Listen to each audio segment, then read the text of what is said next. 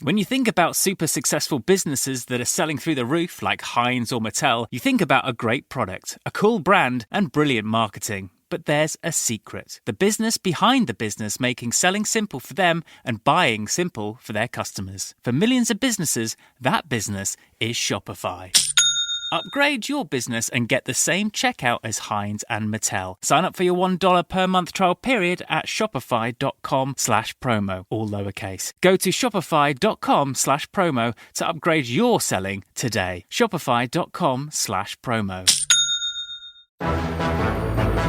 It's November 7th, 1874, and another remarkable event is about to be uncovered by Arion, Rebecca, and Olly, the Retrospectors. Even the hardcore fans of the revered political cartoonist Thomas Nast might have been just a bit baffled by the cartoon he produced for Harper's Weekly Today in History in 1874, given how loaded it was with animals and chasms and pieces of wood, each representing different aspects of a quite complex political saga, which I'm sure we'll get to. But the most interesting detail of that incredibly chaotic image was the portrayal of the Republican voter as an elephant, an artistic decision that's credited as the main reason why elephants represent the Republican Party to this day. Symbolically. Yeah. Not on the ticket. No.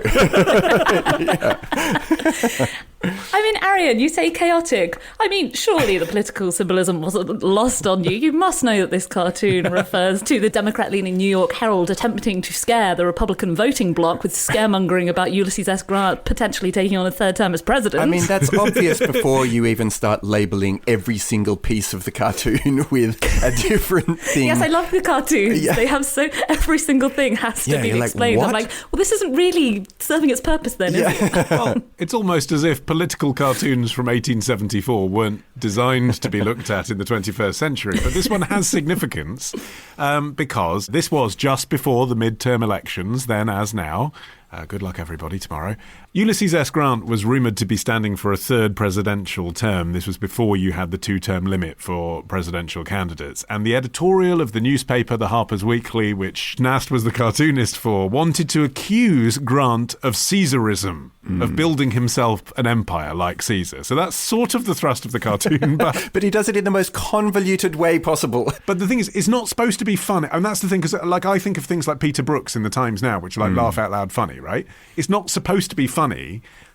His style of cartooning is supposed to be more like an Aesop-style parable, I think. So it's like you read his cartoons every week and you begin to understand how each animal represents each different point of view.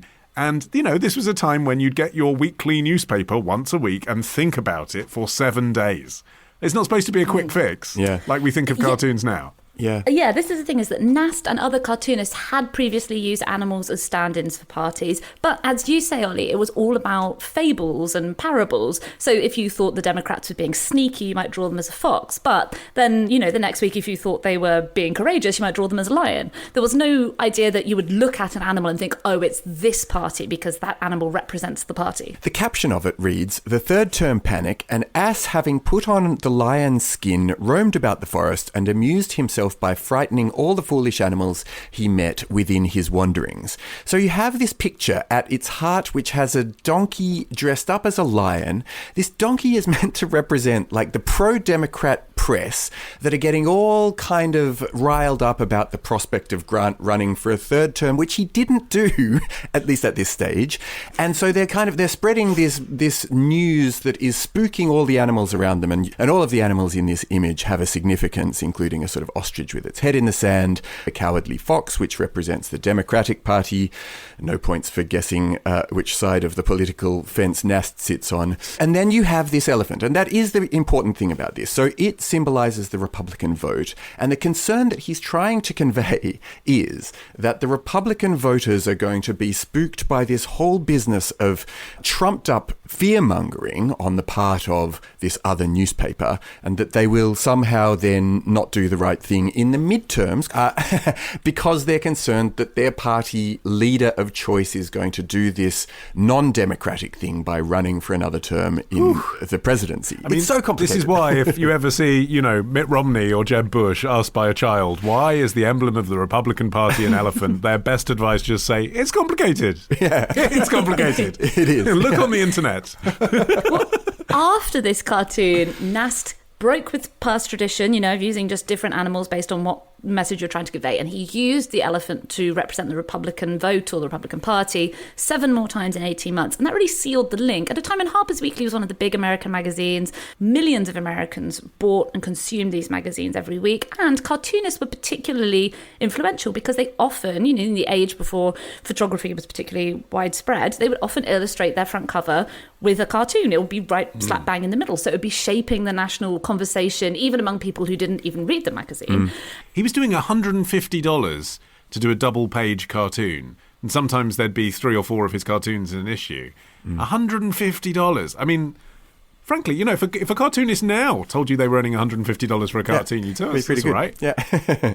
He was a really interesting guy as well because he was first employed at Harper's in 1862 during the American Civil War. He was age 22 at the time, but he initially wasn't recognised as a satirist. What he would draw would be sentimental domestic scenes with a sort of pro-union undertone. So, a soldier arriving home from the war at Christmas, that kind of thing. The kind of thing that would appeal to a northern wartime audience. And a lot of aspirational African Americans as well, which is another thing, because, Arion, you said earlier, he was clearly a Republican, but back in these days, he was also a northerner, which meant he was anti-slavery and pro-emancipation for black people. So it's looked at now as a Republican cartoonist. He's not necessarily drawing what you'd expect.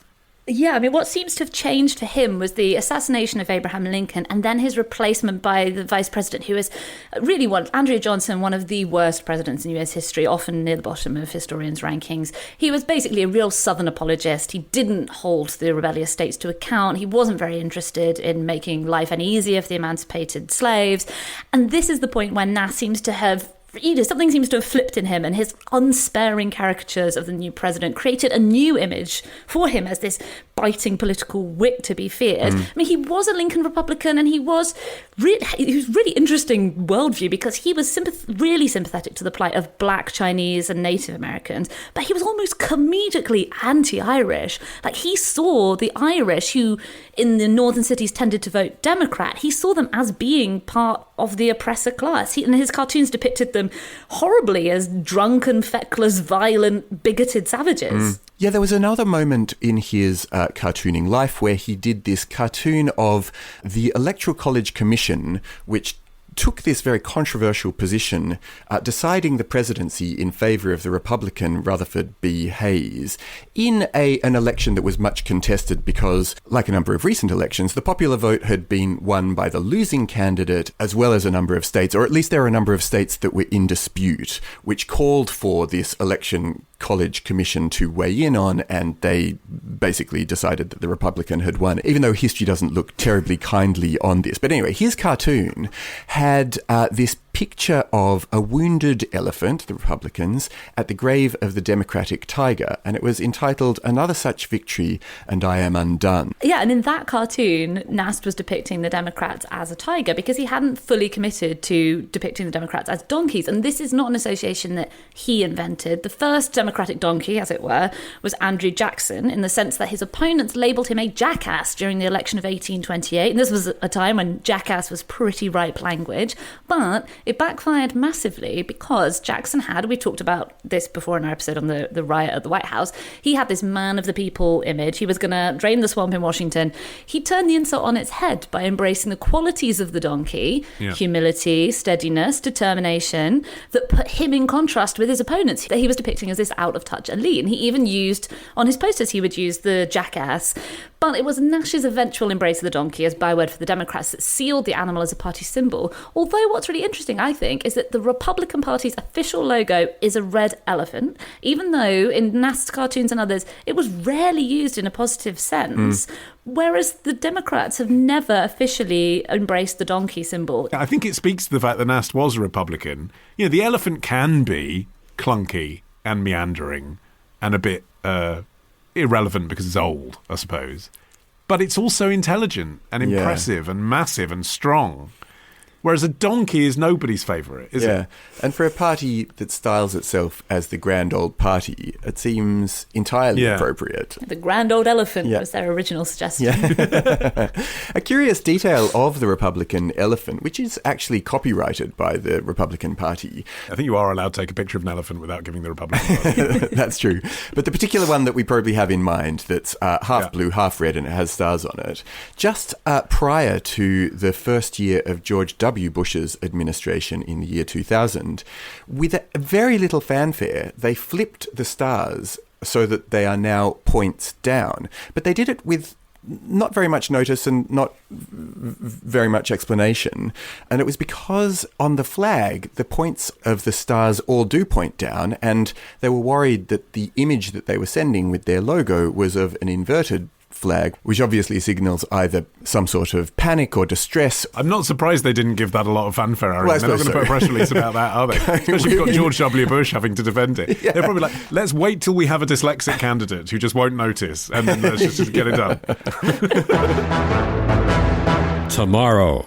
Selling a show to one of your rivals and then burning all of the sets is an asshole move. Ditch the ads and get a Sunday episode when you join Club Retrospectors. Patreon.com/Retrospectors.